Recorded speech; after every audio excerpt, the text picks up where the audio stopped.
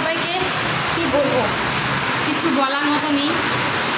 আমি যাচ্ছি ছাদে, দেখবে কি অবস্থা ছাদের। এই দেখো দেখো ছাদে একদম এত বৃষ্টি দেখো। এই দেখো দেখতে পাচ্ছ কত বৃষ্টি হচ্ছে। কেমন আছো তোমরা গাইস? আশা করি ভালো আছো। এই বৃষ্টিতে কেমন আছো দেখো, প্রচণ্ড বৃষ্টি হচ্ছে। আওয়াজ শুনে তো বোঝাই যাচ্ছে কতটা বৃষ্টি হচ্ছে। জল জমা হয়ে গেছে দেখছো? এই দেখো কতটা জমা হয়ে গেছে দেখো। এত বৃষ্টিতে ছাদে জল জমা হয়ে গেছে, কি অবস্থা।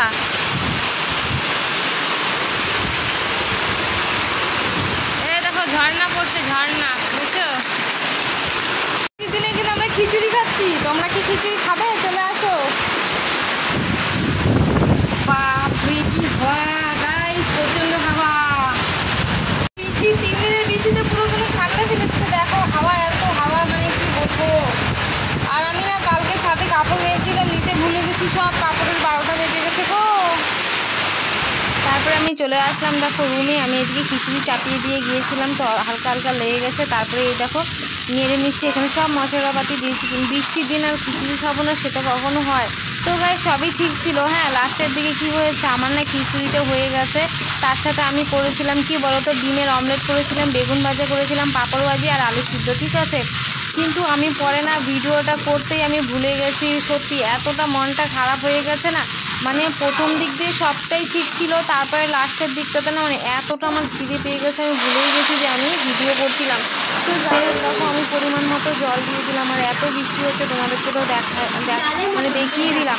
তো এতটা মনটা খারাপ হয়ে গেছে না যে পুরোটা আমি তোমাদেরকে ভালো করে আমি দেখাতেই পারলাম না। আমি ভেবেছিলাম ফাইনাল লুকটা মানে রেডি করে তারপরে আমি একটু মানে ফটোও ছাড়বো, তোমাদেরকে দেখাবো। আর খিচুড়িটি এত দারুণ হয়েছিল না খেতে, মানে কি বলবো। এখানে মুগ ডাল দিয়েছি, তার সাথে আমি কিন্তু ছোলার ডাল অল্প দিয়ে দিয়েছিলাম। ছোলার ডালটা দিলে কি আরও টেস্ট হয় খেতে, ঠিক আছে।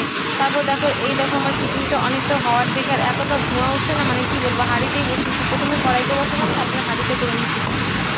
আর এইদিকেও আমি অল্প এটা কি বলো তো, এটা হচ্ছে ভাজা ভাজা জিরা মশলা একটু হালকা, আর সাথে সাথে ঘি।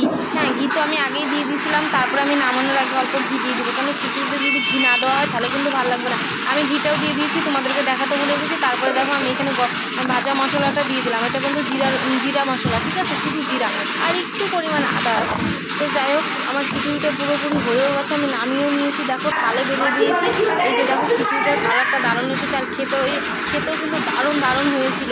আর মানে কি বলবো, সত্যি দেখো এই দেখো হাঁড়িতে পুরো আমার খিচুড়ি রেডি। কিন্তু আমি এই যে এখন বেরিয়ে দেবো খাওয়ার জন্য, তখন আমি ভাজা ভুজে নিব। আমি সবাইকে দিয়ে দিয়েছি, কিন্তু আমি ভুলে গেছি যে আমাকে এখানে থালাটা সাজিয়ে তোমাদেরকে দেখাতে লাগতো। তো কী করা যাবে গাইস, দেখো আঠালো রসালো খিচুড়ি কার কার পছন্দ অবশ্যই কমেন্ট করো। খিচুড়ি কিন্তু দারুণ হয়েছে, দেখলেই তোমরা বুঝতে পারবে। তো যাই হোক কে খিচুড়ি খাবে চলে আসো। দুঃখের বিষয় পুরোটা তোমাদেরকে দেখাতে পারলাম না। চলো টাটা, বাবা, সবাই ভালো সুস্থ থাকো, টাটা।